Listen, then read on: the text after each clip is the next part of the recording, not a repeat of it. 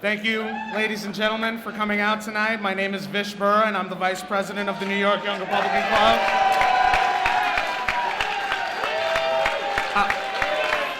I'm not a keynote, please. I just want to say one thing. I'd like to give a shout out to Linda Suet. She became a U.S. citizen today just to vote for Trump.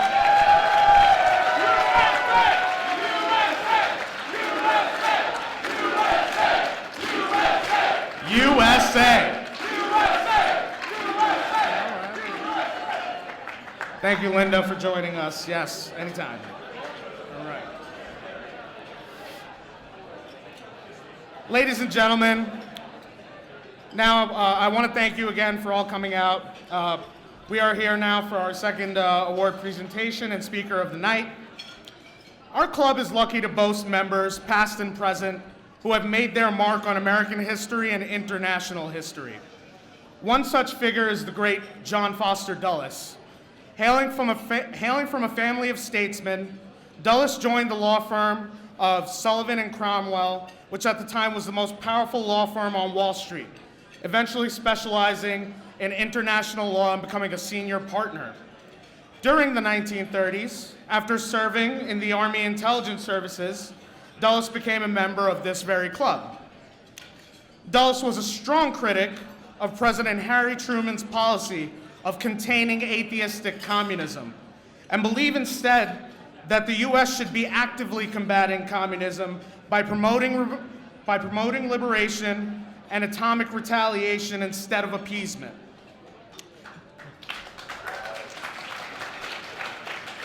Dulles would get a chance to implement these ideas when he was appointed as Secretary of State in 1953 by Dwight Eisenhower. During his time in office, Dulles was the most traveled Secretary of State and became closely associated with an airplane, as the D.C. Virginia International Airport namesake would indicate. He logged 479,286 miles on his trips outside of the United States. That's a lot of frequent flyer miles.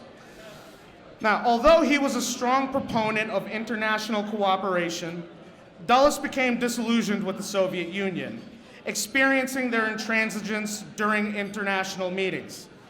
Today, he may be known as a figure more complex than previously thought. He actually considered the possibility of genuine negotiations with the Soviets, recognized the process of change in the post-Stalinist Russia, and did not always regard neutrality as immoral, and above all, was prudent and cautious on atomic issues. Dulles wrote in Life magazine once, "The ability to get to the verge without getting into war is the necessary art." He may have come to understand that defending our liberty here at home also meant ensuring our neighbors share our values to promote international harmony. At the end of the day, all nations seek to preserve their people. A figure more complex than previously thought. A legacy that can easily be attributed to the recipient of tonight's John Foster Dulles Award in recognition of his commitment to the defense of American liberty. Born in Michigan, a graduate of Hillsdale College, worked in the White House for George H.W. Bush, worked at Capitol Hill for Dana Rohrabacher, proudly serving as a Navy SEAL. I just got started on his resume.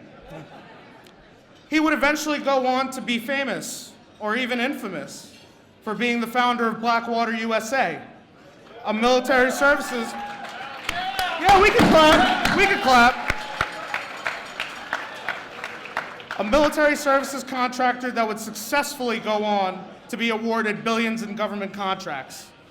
The concept may be controversial, but not enough credit goes to the innovation that lives at the confluence of the cultivation of human capital and the liberation of humans worldwide, all without the heavy, slow, and rather incompetent hand of government.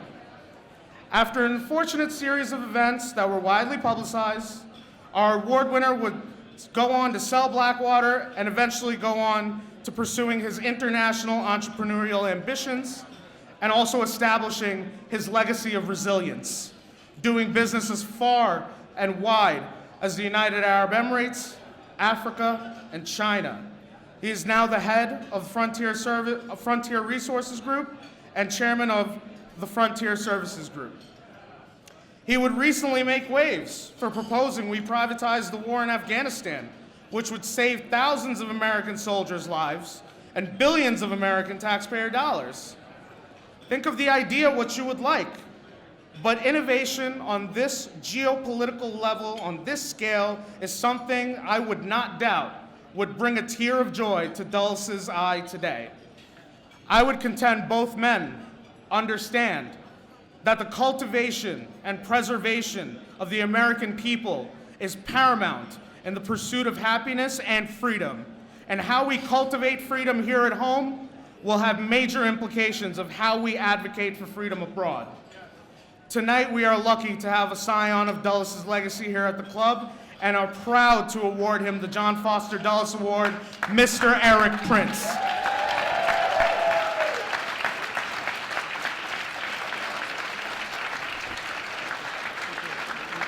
Got a picture there?